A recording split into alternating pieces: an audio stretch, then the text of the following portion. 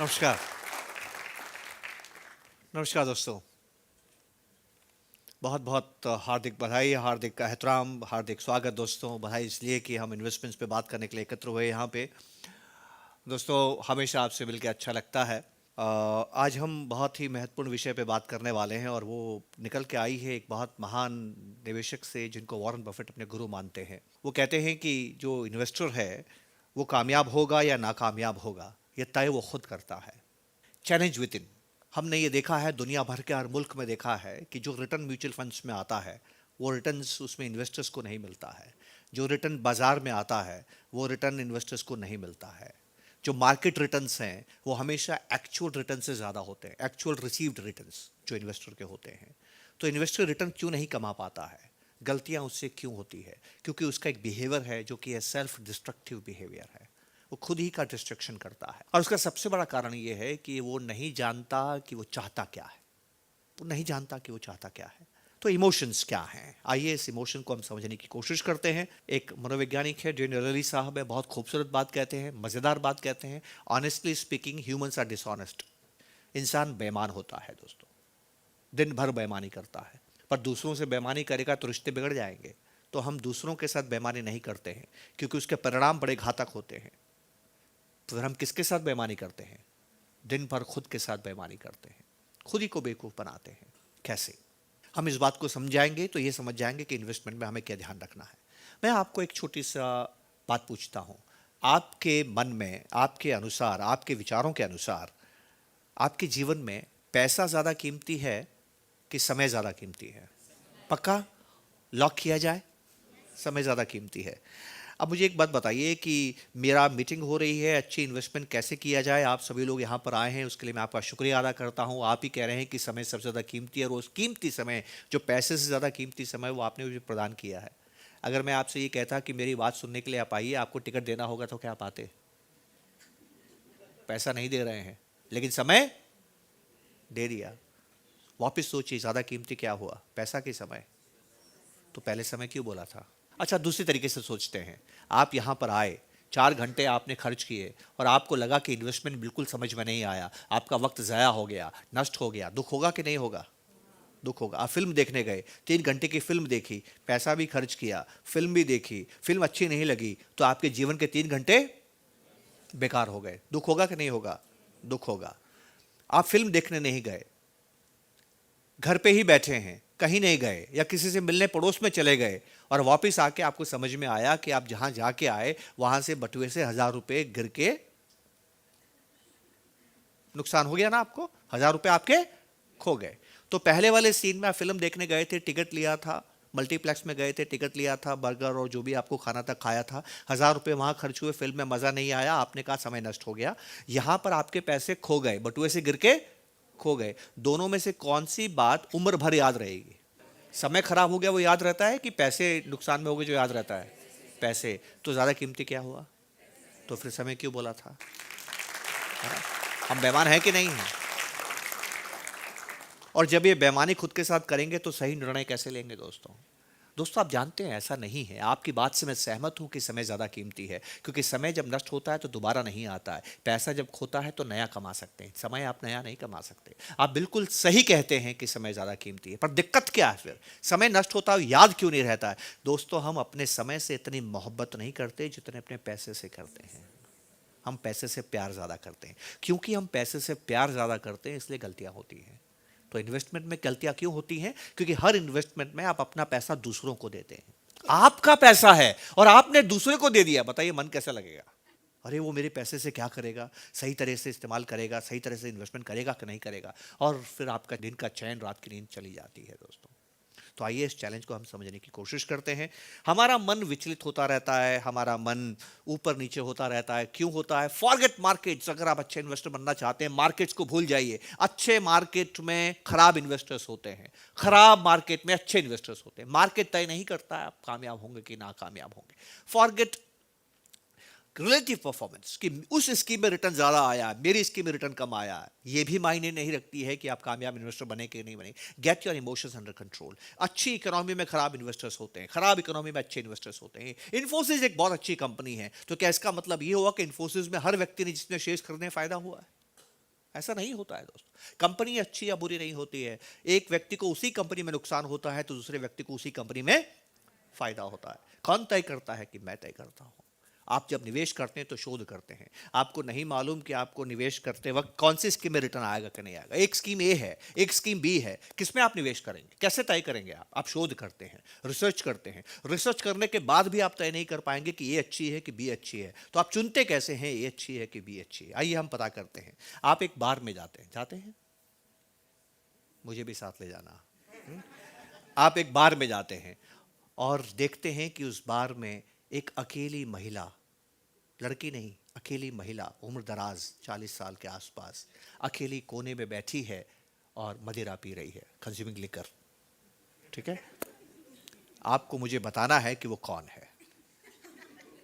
ठीक, आप उसको नहीं जानते हैं, जीवन में आपने उसको पहली बार देखा है, आपको मुझे बताना है कि वो कौन है। मैं आपको 4 विकल्प देता हूं। क्या वो एक एथलीट है, क्या वो एक डॉक्टर है, क्या वो एक टीचर शिक्षिका है, कि वो एक प्रोफेशनल मॉडल है। कौन है वो, कौन है? प्रोफेशनल मॉडल है। अब उस महिला को आप नहीं जानते हैं, फिर आपने कैसे बता दिया वो प्रोफेशनल मॉडल है? कैसे बताया आपने, कैसे बताया, है ना। आज मैं मुंबई में हूं दोस्तों, तो मुंबई तो किस्मत वाला शहर, किस्मत वालों का शहर होता है, क्योंकि हिंदुस्तान के जितने भी प्रोफेशनल मॉडल है वो 80% तो कहाँ रहती होंगी, मुंबई में रहती होगी। तो चलिए हम आपकी बात को कुछ हद तक मान लेते हैं, पर ध्यान से देखिएगा। इन्वेस्टमेंट का मतलब होता है प्रोबेबिलिटीज। जिसने ये नहीं समझा, इन्वेस्टमेंट नहीं समझा। तो क्या आप प्रोबेबिलिटीज देखते हैं कि भावनाओं से काम करते हैं? आइए हम समझते हैं। मुंबई की आबादी कितनी है? 2 करोड़। 2 करोड़ की आबादी में महिलाएं कितनी होंगी? 50%। 1 करोड़। 1 करोड़ महिलाओं में 50% होंगी 35-40 साल की उम्र से कम, तो बची 50 लाख। 50 लाख महिलाएं हैं जिनको हक है बार में जाने का, है कि नहीं है? जिनको हक है बार में जाने का। इन 50 लाख महिलाओं में से प्रोफेशनल मॉडल कितनी होंगी जो 35-40 साल की होंगी? संख्या बताइए। मॉडल ज्यादातर आपको मिलेंगी 20-25 साल के आसपास। मैंने उम्र बताई थी आपको 35-40 साल के आसपास। आप पहली गलती तो ये कर गए। दूसरी गलती ध्यान से सुनिएगा। डॉक्टर कितनी होंगी? कितने डॉक्टर होंगी महिला डॉक्टर मुंबई के अंदर? 10,000, 15,000। ठीक है। मुंबई के अंदर एथलीट्स कितनी होंगी जो एशियन गेम्स में, नेशनल गेम्स में, ओलंपिक्स में जाती हैं? May be 1,000। मुंबई के अंदर टीचर्स कितनी होंगी? कम से कम 1 लाख। 1 लाख। तो संख्या ज्यादा कहां हुई? आपको एक पत्थर देता हूं और आपसे कहता हूं कि इस पत्थर से आम तोड़ना है, क्या आप तोड़ पाएंगे? नहीं तोड़ पाएंगे, क्योंकि आपको नहीं मालूम आप में क्षमता क्या है। या आपको यह मालूम है कि आप अर्जुन नहीं है? आपको मालूम है कि आप अर्जुन को तो एक आंख दिखाई देती है, पर आप तो अर्जुन नहीं, अपने लिमिटेशन को जानते हैं। और यह भी जरूरी नहीं है कि पत्थर मारने से आम टूटेगा, यह भी जरूरी नहीं है। अब मैंने आपको पत्थर दिया है आम तोड़ने के लिए, 2 पेड़ नजर आते हैं, एक पेड़ पे 500 आम लदे हैं, एक पेड़ पे 2 आम लदे हैं। बताइए किस पे पत्थर मारेंगे? पक्का? तो जब मैंने पूछा वो महिला कौन है, तो पत्थर कौन से पेड़ पे मारा था? क्यों? ये गलती क्यों हुई? आपको मालूम है गलती क्यों हुई? क्योंकि आपने ईमानदारी से शोध किया ही नहीं, आप संभावनाओं को समझे ही नहीं। आपने मन की आवाज को सुना और मन की आवाज कहती है बिना मदिरा पिए मॉडल कैसे बनेगी। और मन ये कहता है टीचर दारू कैसे पी सकती है, मेरे बच्चे का भविष्य बिगड़ जाएगा। तो आपने अपने को जो अच्छा लगता है उसके हिसाब से चुनाव किया। ठीक है। आपको अच्छी हेल्थ चाहिए कि नहीं चाहिए? तो अच्छी हेल्थ मॉर्निंग वॉक से मिलती है कि नहीं मिलती है? कितने लोग जाते हैं? ईमानदारी से 2% लोग जा रहे हैं। तो क्या बाकी लोगों को अच्छी हेल्थ नहीं चाहिए? पर आपने अभी कहा था कि आपको चाहिए। मॉर्निंग वॉक पे जाने से अच्छी हेल्थ मिलती है, ये आप जानते हैं। आपको स्वास्थ्य चाहिए, ये भी आप जानते हैं, फिर आप मॉर्निंग वॉक पे क्यों नहीं जाते हैं? सिंपल सी बात है दोस्तों, सुबह सोते रहने में जो मजा आता है वो घूमने में कहाँ है। तो प्लेजर एंड पेन, आप पेन से दूर रहते हैं। मॉर्निंग वॉक में पेन होता है, सोते रहने में प्लेजर मिलता है। तो हमने ज्ञान को इस्तेमाल नहीं किया, प्लेजर को हमने अहमियत दे दी, पेन को हमने अपने से दूर रखा। लेकिन ध्यान से समझिएगा दोस्तों, मॉर्निंग वॉक से अच्छा स्वास्थ्य तब मिलेगा जब आप साल भर तक रोजाना मॉर्निंग वॉक करेंगे। अब ज्यादा जरूरी बात सुनिए, आपने कहा था कि आपको अच्छे हेल्थ चाहिए। अगर ईश्वर सपने में आके आपको पूछता है सबसे जरूरी चीज जीवन में क्या चाहिए, तो आप क्या बोलेंगे? अच्छी हेल्थ। ठीक है, वो हेल्थ जो आपको जीवन में सबसे पहले चाहिए, पहला सुख निरोगी काया, दूजा सुख हाथ में माया, उसके लिए अगर आपने सही फैसला नहीं किया तो इन्वेस्टमेंट में कैसे करेंगे? वो तो प्रायोरिटी में बहुत बाद में आता है। हम अपनी बॉडी को अब्यूज करते हैं, हम अपने स्वास्थ्य को अब्यूज करते हैं। तो for good health if I cannot take right decision, how I can take right decision for my wealth creation? दोस्तों, तो जब भी निवेश करें हमेशा देखें कहीं आप वो निवेश तो नहीं कर रहे जो आपको अच्छा लगता है, क्या आप वो निवेश कर रहे हैं जो आपके लिए जरूरी है? अब आप निवेश कैसे करते हैं? निवेश करने में भी भावनाएं आती हैं। मैं शिमला घूमने गया था, और जब मैं शिमला घूमने गया तो वहाँ पर लोअर शिमला से अपर शिमला में जाने के लिए लिफ्ट मिलती है। ठीक है, वो 2 लिफ्ट है वहाँ पर, लिफ्ट में बैठ के आप ऊपर जाएंगे, थकते नहीं हैं। तो जिस दिन मैं घूमने गया, मैं थी, मेरी बीवी था, छोटा बच्चा था जिसको गोदी में लेना पड़ता था, और सामान हमारे पास में था। हम लिफ्ट का इंतजार कर रहे हैं। उस दिन एक लिफ्ट खराब थी, लाइन थोड़ी लंबी थी। मेरी बीवी परेशान हो गई, इतनी लंबी लाइन है, हमारा नंबर कब आएगा? पास में एक सीढ़ियाँ हैं, किसी ने बताया सीढ़ियाँ भी जाती है, अब सीढ़ियों से चले जाइए। वो मुझे एडवाइस करती है चलो सीढ़ी से चलते हैं। मैंने कहा थक जाएंगे, बेटे को गोदी में उठाना है, सामान को भी उठाना है, कुली मिल नहीं रहा है, हम बहुत थक जाएंगे तो घूमेंगे क्या? वो कहती नहीं, इसमें वक्त बर्बाद हो रहा है। इंपेशेंस दूसरी भावना, पेशेंस, धैर्य सबसे जरूरी है। हर चीज, इन्वेस्टमेंट केवल साइकोलॉजी है, ये साइकोलॉजिकल लड़ाई है दोस्तों, ये फाइनेंशियल इकोनॉमिक लड़ाई है ही नहीं। उसको क्या हो रहा है? इंपेशेंस हो रहा है। मैं तो इक्विटी हूँ, ट्रेनिंग करता हूँ, समझता हूँ क्या चीजें हैं, मैं उसको समझा रहा हूँ कुछ नहीं है, अधैर्य है, अधीर हो रही हो तुम। लिफ्ट से जाना ही अच्छा है, थोड़ी देर में लिफ्ट में हमारा नंबर आ जाएगा, सीढ़ी से जाएंगे तो बहुत थक जाएंगे। वो कहती नहीं, अब सुखी रहना तो बीवी की बात मानना जरूरी है, और हमने तय कर लिया कि चलो हम सीढ़ी से चढ़ेंगे। और जब हम बहस कर रहे थे, 5 मिनट तक हमने बहस की, और बहस करने के बाद जब फैसला हो गया कि हम सीढ़ी से जाएंगे, तो मेरी वाइफ नीचे झुकती है मेरे बेटे को गोदी में उठाने के लिए, और गोदी में उठा के जब बाहर निकलने के लिए घूमती है तो देखती है कि पीछे बहुत से लोग खड़े हैं। अब ध्यान से देखिएगा, हमने बहस कब शुरू की? जब हमने लाइन को ज्वाइन किया। अब जब भी कोई लाइन को ज्वाइन करते हैं तो आखिरी होते होते हैं कि नहीं होते हैं? तो उसको दुख क्या था? मेरे से इतने आगे हैं, मैं तो सबसे पीछे हूं, और पता नहीं लिफ्ट में नंबर कब आएगा। सीढ़ी से जाते हैं, लेकिन जब उसने बच्चे को उठा के लिफ्ट से बाहर जाने लगी तो 5 मिनट निकल गए, इतने में बहुत से नए लोग लाइन में जुड़ गए। जुड़ गए कि नहीं जुड़ गए? अब उसके मन पे दबाव पड़ा। दबाव क्या पड़ा? इतने सारे लोग मूर्ख नहीं हो सकते, इन्होंने जरूर, इनको मालूम है कि सीढ़ी बहुत लंबी है, सीढ़ी बहुत ऊंची है, हम लोग थक जाएंगे। वो मेरे को बोलती नहीं, हम लिफ्ट से ही जाएंगे। Peer pressure. आप इन्वेस्टमेंट कब करते हैं? जब आप देखते हैं कि बहुत से लोग इन्वेस्टमेंट कर रहे हैं। आप भागते कब इन्वेस्टमेंट से? जब आप देखते हैं कि बहुत से लोग भाग रहे हैं। देख रहे हैं आप कैसे हम इन्वेस्टमेंट्स कर रहे हैं? ठीक है, एक खेल थोड़ा सा मैं आपके साथ खेलता हूं, और ये एक मनोवैज्ञानिक का है जिनका नाम है डेरिल kahneman। ये वो व्यक्ति हैं जिनको 2002 में नोबेल प्राइज मिला था दोस्तों, और ये रेवोल्यूशन लेके आए हैं इकोनॉमिक्स की दुनिया में, इन्वेस्टमेंट्स की दुनिया में। और इनके आने के बाद एक नई चीज आई है दुनिया में जिसको बोलते हैं बिहेवियरल इकोनॉमिक्स। इसके पहले नहीं हुआ करती थी। बहुत मजेदार बात कहते हैं। आइए, ये एक जरूरी खेल मैं आपके साथ खेलता हूं, जिसको कि हम अपनी भाषा में प्रॉस्पेक्ट थ्योरी कहते हैं। और इस प्रॉस्पेक्ट थ्योरी में हमें ये भी बात समझ में आएगी कि नुकसान वाले शेयर्स हम अपने पास कैसे रखते हैं, और क्यों फायदे वाले शेयर्स हमारे से दूर चले जाते हैं। मैं आपको 2 चॉइसेस देता हूं, ध्यान से इन 2 चॉइसेस को देखिएगा। पहली चॉइस, आई गिव यू ₹1000, 1000 रुपए मैंने आपको दे दिए, नाउ यू हैव ₹1000। लेकिन ये 1000 रुपीज आपको तभी देंगे जब नीचे के 2 चॉइसेस में से आप एक चॉइस को पसंद करेंगे।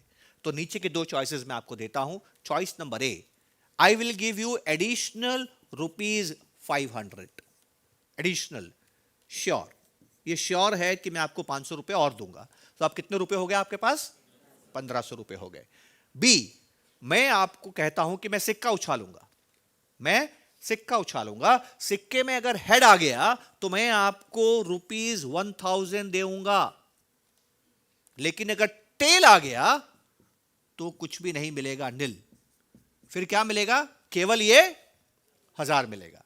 अगर आप ए लेते हैं तो आपको 1500 मिलेंगे, अगर आप बी लेते हैं तो या तो आपको 1000 मिलेगा या आपको 2000 मिलेगा।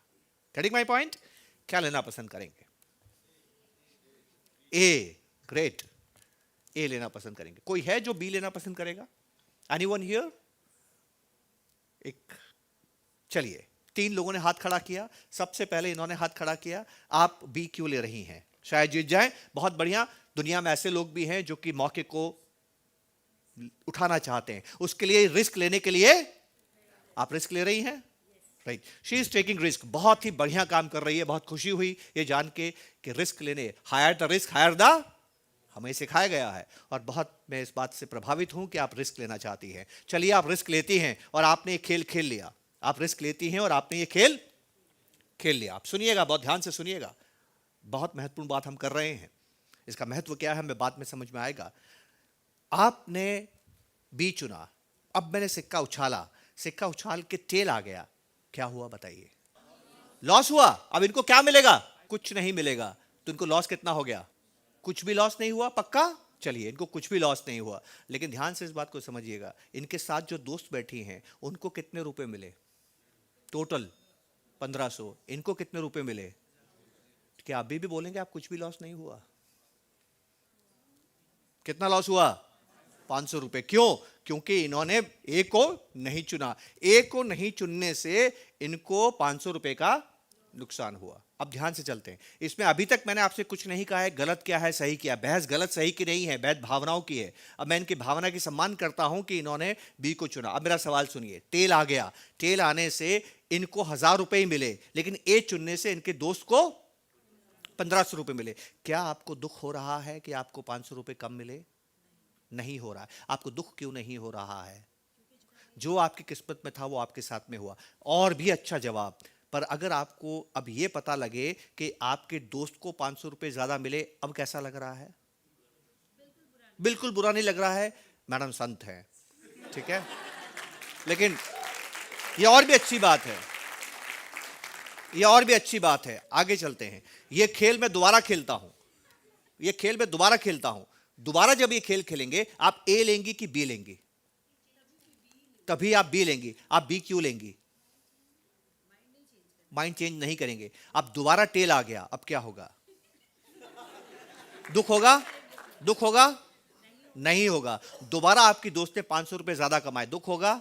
नहीं होगा। तीसरी बार फिर से अद्भुत काम कर रही हैं। ऐसा ही व्यक्ति, हंसने की बात नहीं है दोस्तों, हंसने की बात नहीं है, ऐसा ही व्यक्ति पैसा बनाता है, ऐसा ही व्यक्ति पैसा बनाता है। पर इनको दुनिया पैसा नहीं बनाने देगी। आप जानते हैं कैसे? जब ये तीसरी बार बी लेंगी और तीसरी बार तेल आ गया और तीसरी बार इनको नुकसान हो गया, फिर ये घर जाएंगी। अब घर क्या होगा? Are you married? No. You live with your parents? Yes. अब जाके आप अपनी माँ से कहेंगे, एक जगह है जहां पर मैं रोजाना जाती हूं, वहां एक खेल होता है, वहां पर ए ऑप्शन में 500 मिलते हैं, बी ऑप्शन में चॉइस होता है कि सिक्का उछालिए। तो वहां ये आपकी पड़ोस में रहती हैं दूसरी, तो मैं उनके साथ गई थी। वो हमेशा ए लेती है, उसको हमेशा 500 रुपए मिलते हैं। 3 बारी से मुझे कुछ भी नहीं मिल रहा। अब बताइए माँ क्या कहेंगी? She will be happy? नहीं होगा ना। मेरी बीवी ने मुझे बता दिया, तुम हो एक पड़ोसी है, सीखो कुछ उससे, और अगली बार आपकी मां आपके साथ में आएंगी। तो दुनिया आपको काम नहीं करने जा रही। 3 साल हो गए इक्विटी में रिटर्न नहीं आया, कहां बैठे हो? पागल हो क्या? एफडी में बैठे रहो, एफडी में बैठे रहो। दुनिया आपको काम नहीं करने दी। पर हमारी कहानी ना अभी तक शुरू हुई है ना खत्म हुई है। मजेदार बात तो आप देखिएगा दोस्तों, ध्यान से देखिएगा। ज्यादातर लोगों ने यहां पर क्या लिया था? ए, क्योंकि वो रिस्क लेना नहीं चाहते। 3 लोगों ने लिया रिस्क अपने रिटर्न को बढ़ाने के लिए। अब थोड़ा सा ट्विस्ट ये है कि मैं आपको 2000 रुपए देता हूं। कितने रुपए दे रहा हूं? 2000 रुपए। लेकिन ये 2000 रुपए आपको तभी मिलेंगे जब आप नीचे वाली दोनों में से कोई एक चीज आप चुनेंगे। अब नीचे वाली कोई एक चीज क्या है? ए, या इसको सी कर देते हैं। सी मैं आपको यह कहता हूं कि 500 रुपए का लॉस आपको होगा ही होगा, फॉर श्योर। श्योर का मतलब यह है कि 2000 रुपए मैंने आपको दे दिए, जैसे ही मीटिंग खत्म होगी आप बाहर जाएंगे, आपसे 500 रुपए हम वापस ले लेंगे। तो आपको 500 रुपए का क्या हो गया? नुकसान हो गया। इस दुख से आपको गुजरना ही पड़ेगा, ठीक है। दूसरा आप देखिए बहुत ध्यान से, डी मैं आपसे ये कहता हूं कि मेरे पास एक सिक्का है, मैं सिक्का उछालूंगा, अगर हेड आ गया तो आपको निल, कोई भी नुकसान नहीं होगा। इस नुकसान के दुख से आप बच जाएंगे और बहुत ईमानदारी से सोच समझ के आप मेरे को जवाब देंगे। हमने जो पहले बात की थी वो सब भूल जाएंगे, ठीक है। अगर हेड आ गया तो आपको कुछ भी नुकसान नहीं होगा, आप नुकसान के दुख से बच जाएंगे। पर अगर टी आ गया, मतलब टेल आ गया, तो आपको 1000 रुपए का नुकसान होगा। आप क्या लेना पसंद करेंगे? आप नुकसान सहन करेंगे या नुकसान से बचने के लिए अपनी किस्मत को आजमाएंगे? इस बार शांति है, क्या बात है? सी डी दोनों ही सुनने को मिल रहा है। पिछली बार मुझे 3 लोग बी में मिले, ज्यादातर लोग ए में मिले। यहां पर अब मैं जानना चाहता हूं कितने लोग सी लेंगे और कितने लोग डी लेंगे। कितने लोग नुकसान सहन करेंगे, कितने लोग नुकसान से बचने की कोशिश करेंगे। तो कितने लोग नुकसान को सहन करेंगे? Raise hands. कोई भी नहीं, एक व्यक्ति। कितने लोग नुकसान से बचने की कोशिश करेंगे? सभी लोग। मजेदार बात देखिए, यहां पर यह है श्योरिटी का, यह है प्रॉफिट सिनेरियो। इसको हम बोलते हैं प्रॉफिट सिनेरियो, इसको हम बोलते हैं लॉस सिनेरियो। प्रॉफिट बढ़ाने की कोशिश कितने लोगों ने की? 3 लोगों ने की। लॉस से बचने की कोशिश कितने लोगों ने की? बहुत से लोगों ने की। दोनों में फर्क देखिएगा, बहुत जरूरी है इस फर्क को समझना। यह श्योर है, यहां पर ए श्योर है। प्रॉफिट सिनेरियो में ए श्योर है। श्योर का मतलब है कि आपको 500 रुपए श्योर मिलेंगे। ये रिस्की है, ये सर्टेन है, ये अनसर्टेन है। तो जहां कहीं भी जीवन में प्रॉफिट मिलने का मौका मिलता है, आप जोखिम नहीं लेते हैं, क्योंकि आपको जोखिम लेना अच्छा नहीं लगता है। लेकिन जीवन में जब लॉस की संभावनाएं होती है, तो लॉस से बचने के लिए आप जोखिम लेते हैं। ध्यान से समझिएगा दोस्तों, इस बात को कहने के लिए डेनियल kahneman को नोबेल प्राइज मिला है, and this is called prospect theory. आप में से जो ज्यादा समझना चाहता है, इंटरनेट पे जाए और उसको समझे। ये सबसे महत्वपूर्ण है इन्वेस्टमेंट को समझने के लिए, कि हमारा दिमाग कैसे काम करता है। हम लॉस से जितना डरते हैं, उतना हम प्रॉफिट से प्यार नहीं करते हैं। मैंने आज तक जीवन में एक भी दौलतमंद नहीं देखा जिसको कभी नुकसान ना हुआ हो, और मैंने एक भी ऐसा गरीब नहीं देखा जिसको कभी नुकसान हुआ हो। ये रिश्ता है दोस्तों। प्रॉफिट कितना ही छोटा हो, इन्फिनिट होता है, बढ़ने की बहुत संभावनाएं होती हैं। लॉस कितना ही बड़ा हो, फिनिट होता है, हमें पहले से मालूम है कि कितना हो सकता है। और सबसे महत्वपूर्ण बात सुनिएगा दोस्तों, इसमें वो क्या कहते हैं? वो ये कहते हैं कि आप स्ट्रेटेजी बनाते हैं लॉस से बचने के। लॉस से बचने के लिए आप जोखिम तक कर जाते हैं। इसीलिए आपने नुकसान वाले शेयर्स को नहीं बेचा और फायदे वाले, प्रॉफिट्स वाले इन्वेस्टमेंट्स को बेच दिया। ये गलती क्यों हुई? क्योंकि हम नुकसान से बचना चाहते हैं दोस्तों। हमें समाज ने क्या सिखाया? Take risk for rewards. हमें बताया गया था higher the risk higher the reward, पर हमने वो काम नहीं किया। हमने क्या? Take risk for lower losses. Take risk for lower losses. This is not the saying, ये कहावत नहीं है। Take risk, high risk, low losses. कहावत क्या है? Take risk for higher profits. इसका प्रभाव क्या पड़ता है दोस्तों? आपके साथ वही होगा जिससे आप बचने की कोशिश करते हैं। जब आप एक जंगल में जाते हैं, अंधेरा हो जाता है, तो दुनिया में 2 लोग हैं जिनको हमने कभी नहीं देखा। एक को हम बोलते हैं ईश्वर, एक को बोलते हैं हम प्रेत, भूत। ठीक है, मुझे अपने विचार में बताइए, इस दुनिया में किसके होने की संभावना ज़्यादा है? ईश्वर के होने की संभावना ज़्यादा है या भूत के होने की संभावना ज़्यादा है? किसके लिए हम कहते हैं कि कण कण में है, हर जगह रहता है? वो कौन है?